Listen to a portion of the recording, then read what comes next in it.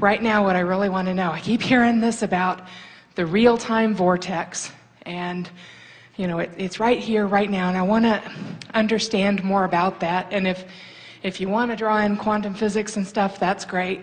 But I'm trying to kind of understand, I mean, here we are in our physical apparatus, and we're in this four-dimensional space-time reality. Deciphering it through your eyes and ears and so on. Exactly. Therein lies your problem right there. I know. So when we're doing our vortex focusing, is it that somehow we're limited in the physical, and so when we're putting out the energetic requirements that are needed for that vortex focus, being in the higher levels of hope and joy and bliss and all of that, are we sort of crossing over past our 4D dimensions into the sixth sense, which is your emotional sense? Okay. Are we getting into like other space-time dimensions and things within the universe, and so the universe is doing its magic, and then it plops the vortex goodies back in our 4D dimension? Or is it more about... No, it's not that. Okay, good. Ruled that out. Or is it more that the vortex focusing and the energetic place that we're going with that is helping us to go beyond our four-dimensional expansion? It's almost like lifting a veil where our perceptions and what we're you're able to making it perceive more expanding. Complicated than it needs to be. Okay. And so, but we get what you're, in other words, anytime we visit with someone who is physically focused about something that's non-physical, they want us to describe the non-physical through a physical format. And so we could make up a story if it would make you feel better.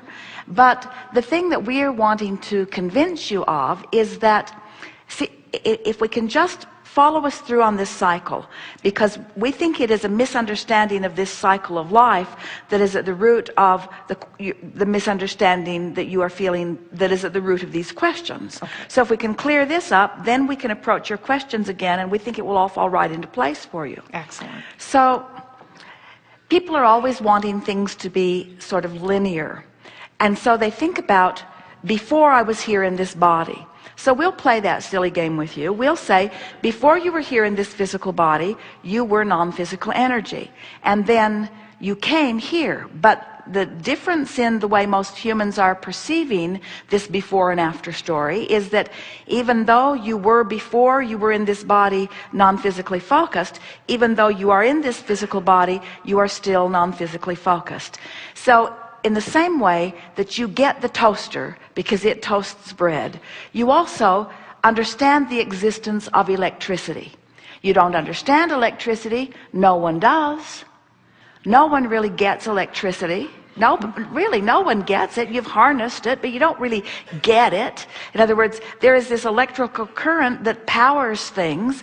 So in that sense, here's this source energy that is the electrical current consciousness that powers this, and much beyond it, much more than the toaster. It's an energy consciousness that exists apart from the toaster that we are calling you, but here you are, an extension of this non-physical energy.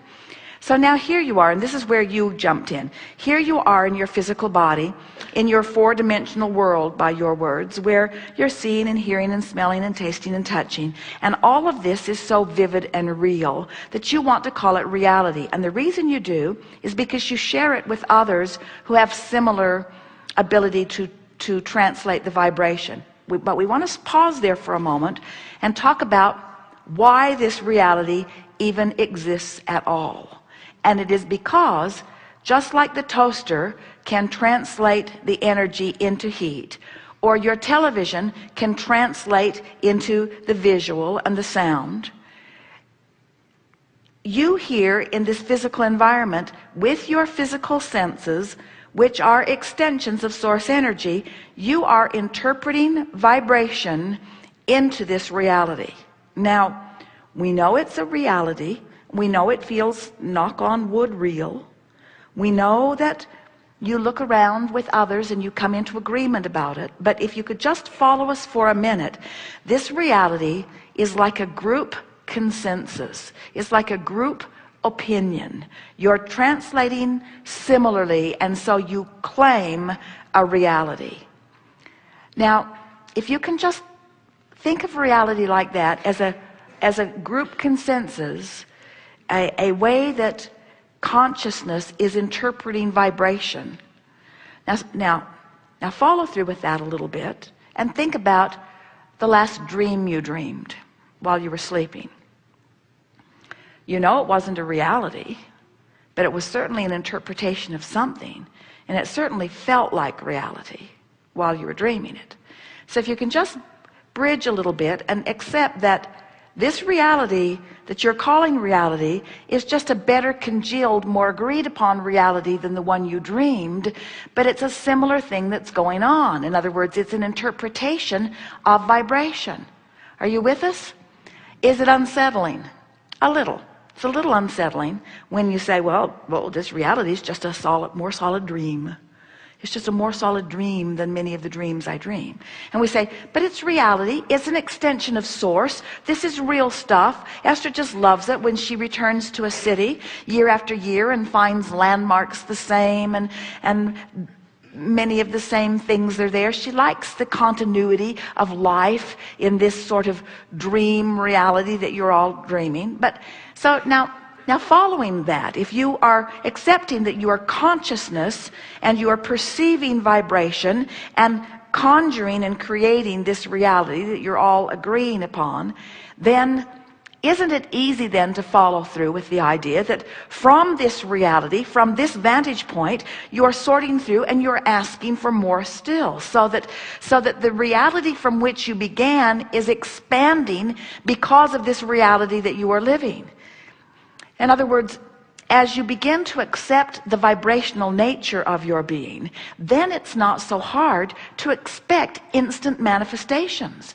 You started out by talking about this real-time vortex that we're talking about. We want you to understand and accept and begin to personally demonstrate that in the same way that we've talked about a problem is, as a problem is coming into focus, so is a solution. Since they're coming into focus simultaneously, there's never a reason for you to really experience the problem. You could just be experiencing solution after solution after solution after solution after solution. Esther loves it when she's driving and she looks out ahead and she sees that driver in that vehicle and she knows that that driver is going to do something erratic soon. So she braces for it. She doesn't get up alongside it. She slows enough that whatever squirrely thing it does, there's room for it to do it. And then it does it. And she says, yes. She just loves it when she has sensed the solution before the problem presented itself in four-dimensional terms. It presented itself vibrationally. It just didn't manifest yet. So what we're getting at, and we know it's a little unsettling, we'd like you to not try to be for a little while so deeply rooted in the manifestations. And so now let's continue our story. So you were non-physical energy, and part of that energy came into this physical body, and you explore and launch rockets. And this is the best part of our story. You become more. The source energy part of you becomes what you've asked for. Now, at first, that's not part of your four-dimensional dream. Oh, you created it from your four-dimensional perspective, and it exists only because this platform here in this physical body exists. But you have created something that hasn't manifested where you can see it or hear it or smell it or taste it or touch it. But if you were perceiving all of this more from the vibrational framework that the source within you does, you would be living this reality and feeling the satisfaction of it even though it hasn't manifested. That's really what faith is. It's really what we're asking you to do. We're asking you to feel good without a manifested reason to feel good. We're asking you to feel good because it is your vibrational nature. It's your vibrational proclivity. It's who you really are.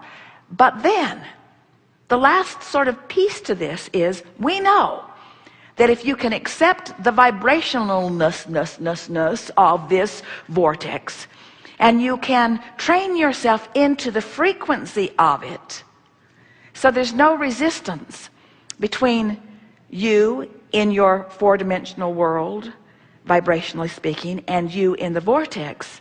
Now what's in this vortex must become four-dimensional, where you can see it.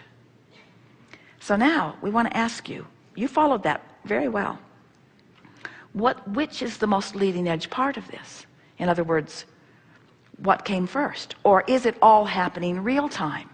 Is it all, in other words, is the non-physical part of you as vivid and real and now as the physical part of you is vivid and real and now? Is the launched rockets, which are vivid and real or now, which source energy has congealed with, which is vivid and real and now, which you get up to speed with by monitoring your thoughts and finding the best feeling thought that you can find. Now we're all real time. Now you are who you were before you were born, plus all that you have been since and all that you've culminated to. That's that real time that we're talking about. And anything less than that doesn't feel as good as that. So what hangs our physical friends up is you want it to manifest, and we do too, because once but you got to get in the vortex first. That's all we're saying. Get in the vortex and everything that you want to manifest will. But if you're hung up on the manifestation, and if you're trying too hard to describe the manifestation, so much that you want us now to describe this vortex of creation through the manifested viewpoint, we think we're going backwards in your understanding rather than forward. Okay. You see? You did see. Because you're up here real time with us. In other words, it's easy to get this stuff when you're in the vortex. So, are you physical or non-physical? Both. Both. You can't answer that. When you feel negative emotion, are you... let us ask this in another way. So you have two vibrational aspects, yes? Mm-hmm. Is it possible to unite them?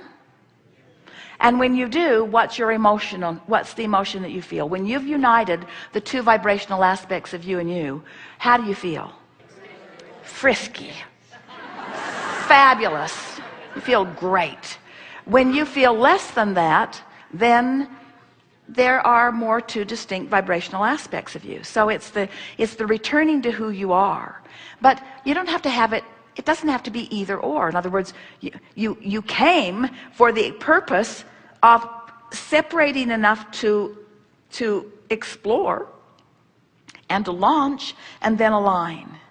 So can you see that in this eternal cycle of life, that it's a constant coming home to be together, and then expressing out to explore, and then expanding, and then coming home to be together, and then expressing out to explore?